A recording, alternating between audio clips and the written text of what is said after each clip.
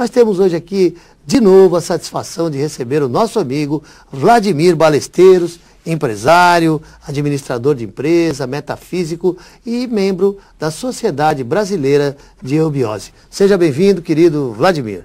Muito obrigado, Sidney, pelo convite. Estar aqui com você mais uma vez e com amigos Zanarotti é sempre um prazer renovado. Que bom. Aliás, amigo de longa data, né? De muitos anos, é verdade. Que coisa, né? É um reencontro de há 34 anos, nós não nos víamos. Quando eu entrevistei o Vladimir no nosso programa lá da Rede Boa Nova de Rádio, chama Crística, né?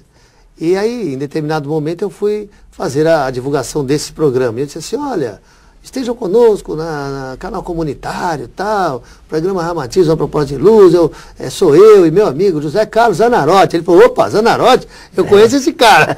É verdade, é um nome tão incomum. Justo, né? Eu conheço esse camarada, eu trabalhei com ele há muitos anos, aí eu esqueci, né?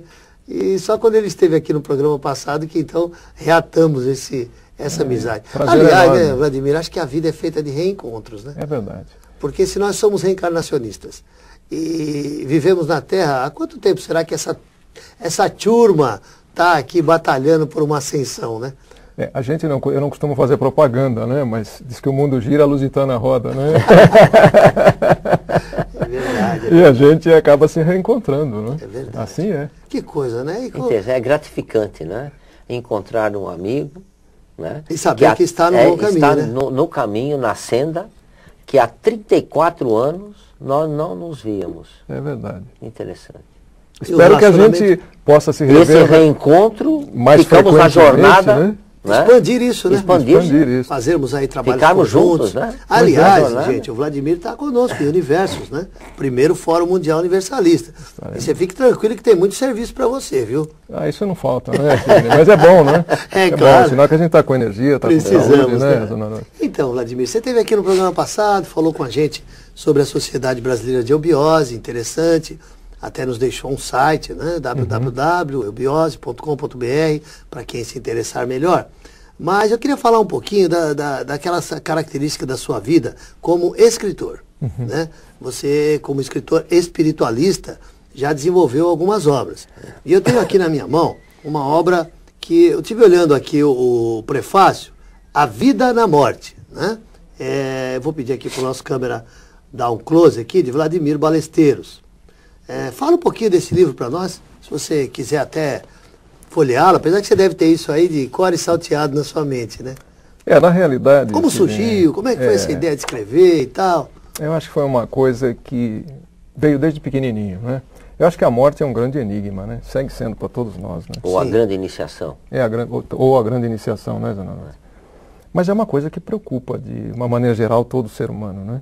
A partir do momento que eles perguntam o que eu sou, de onde eu venho, né, o que eu estou fazendo aqui, para onde eu vou, né, são perguntas enigmáticas e que nem sempre as respostas são tão claras, né?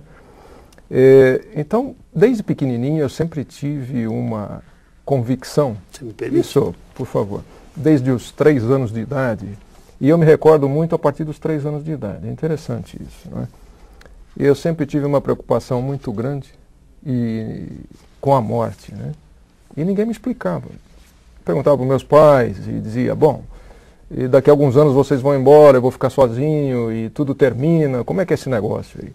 Então, não, você vai para o céu, aquela coisa toda, sim, né?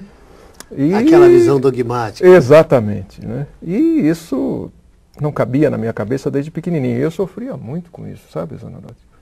Isso é um sofrimento quase que diário, né? E na medida que eu fui avançando, crescendo um pouquinho, eu comecei a ter sonhos que me faziam ver fora do corpo. Certo. E isto me dava um prazer muito grande. Interessante. Né? E este prazer muito grande que eu sentia, essa paz que eu sentia, foi sendo quase que uma auto-iniciação, né, de criança, de ver que a vida não estava só no físico, né? Tinha algo mais, né, para a vida. E depois fiz a peregrinação que muita gente faz, né? Você começa procurando várias religiões, né? Até encontrar uma, né, que bata com o seu interior, com a sua proposta, com a sua expectativa, né? E depois de muitos anos de estudo, depois de estudar a questão da morte, e talvez por uns 20 anos, mais de 20 anos, né, eu resolvi escrever um livro com base na filosofia teosófica, eubiótica, né, e também algumas vivências que eu pude ter, né, escrever um livro que pudesse dar um alento e um esclarecimento às pessoas de como seria o processo pós-morte. Né? E foi assim que nasceu A Vida na Morte, né? Onde a gente pode saber um pouquinho como é que funciona a parte do corpo físico, a parte da alma e a parte do espírito, porque muita gente confunde alma e espírito, né? E são coisas distintas, né? O espírito é o ego superior, é a mônada, é aquela parte eterna, né, que perdura por toda a eternidade, todo o manvantara, né, como nós falamos. Né? O resto se dissolve. Sim. Né? O que fica se refaz a cada experiência. Se refaz a cada experiência. Fica o átomo semente. Né? Fica o átomo semente do físico, da alma e do próprio corpo mental, que é recolhido na causa superior. Você sabe de uma coisa, Vladimir? Eu acho muito apropriado esse assunto, porque eu vejo assim, as pessoas não gostam de falar disso, de uma forma geral, apesar de ser um grande enigma. Né? Se você começa a conversar aqui, eu tenho certeza que tem gente que até desligou a televisão. E lá vem esses caras falar de morte. Só que é a grande realidade. Exato. Vai chegar para mim, vai chegar para você, vai chegar para os telespectadores, e aí? É uma realidade que você não pode fugir. Mas aí o cara é pego de calça curta, como a gente diz na gíria, né? Você pega de calça curta, porque eu digo assim, de repente, cadê o celular? Não tem mais celular. Cadê a chave do carro? Não tem. Não, mas cadê olha, a poupança? Peraí, não tem. Cadê isso? Cadê? E aí agora? O que eu faço?